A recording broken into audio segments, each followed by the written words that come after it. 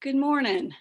This morning, we're going to talk about some techniques to use with a visually impaired child to help them be able to make more sense of the things that are going on in their environment.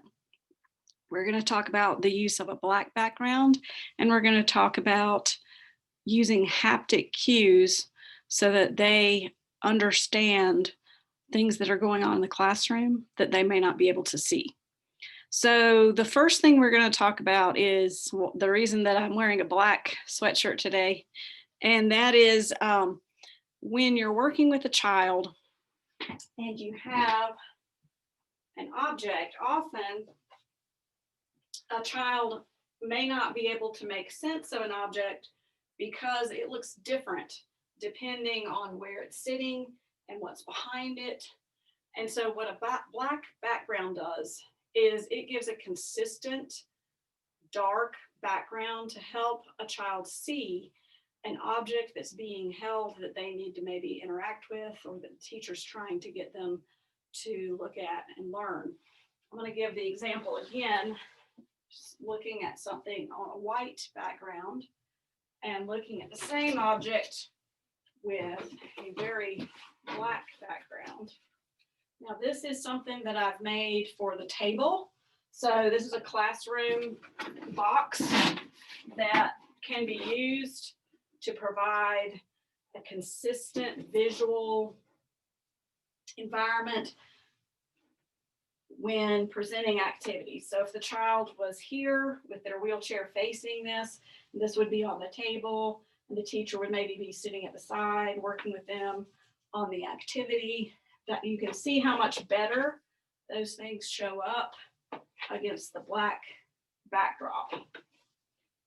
And then this part extends a little bit out front so that if you need to set something like cards or something, they will show up better on a black backdrop. What I'm planning on doing is I have a smaller box that I'm going to make that I can also have for the wheelchair tray. And then if I don't have that, then I have a black sweatshirt and I can sit in front of the child and use it in the same manner. That way, when they're looking at an object, they're not as distracted by other things in the classroom, students walking by. There's not the bulletin board that's in the corner showing up that the child's trying to make sense of when they're looking at this letter. So let me know if you have any questions about that idea. And the second thing I'm going to go over today a little bit is haptic cues. Haptic means touch. So these are touch cues to help a child with visual impairment be able to understand maybe a lesson that is going on in the classroom that has a video or something that's moving, or a smart board, and maybe they're having trouble making sense of the visual input that they're getting. And so what we're going to do is we're going to provide consistent visual input so they start to understand concepts. And the first cue, so this is the back of the child. This is why they're the back of their head. And I'm going to use my left hand to provide the first cue. And it's going to be for letters. It's as if I'm drawing an M or a W shape and I'm going up and down. That would be letters.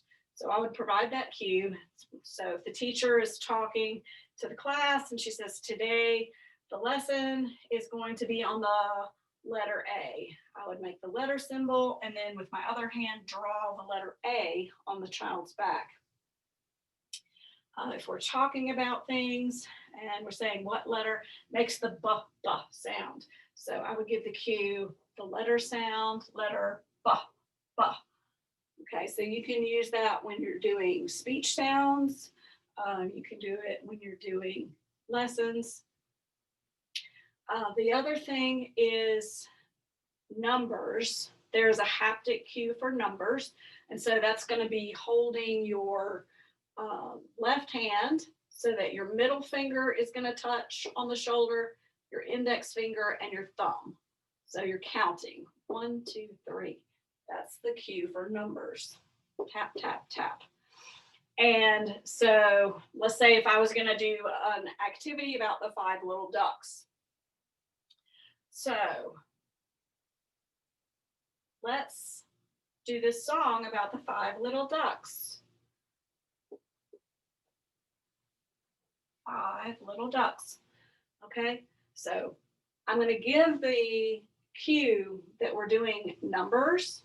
I can do that once, and then after that, I can just do the numbers. So 5 little ducks went out one day over the hills and far away. Mother duck said, quack, quack, quack, quack. But only 4 little ducks came back. So I'm going to do the number 4. So I've given the child context. They know that we're doing numbers. So as I do the next verse in the song, I don't need to give that cue again over and over again each time I do a number. So if we were going to do, so 4 little ducks went out one day over the hills and far away. So I was doing 4. Mother duck said, quack, quack, quack, quack. But only 3 little ducks came back. I'm laughing because my singing is terrible, worse than usual. I can understand now. I feel sorry for my students. Okay, so you get the idea for haptic cues. So what I'd like us to do as a team is maybe focus on letters and numbers first. And then there are some other haptic cues as a child gets into a classroom or a class environment to help them understand who they're talking to and who might be talking to them, and to help them understand where things are in space in the classroom so they can understand where people are located. And we'll do those a little bit later. I thought this might be something good to start with. So you can give me some feedback. I apologize for the quality of the video, and I hope you have a great morning. Thanks so much.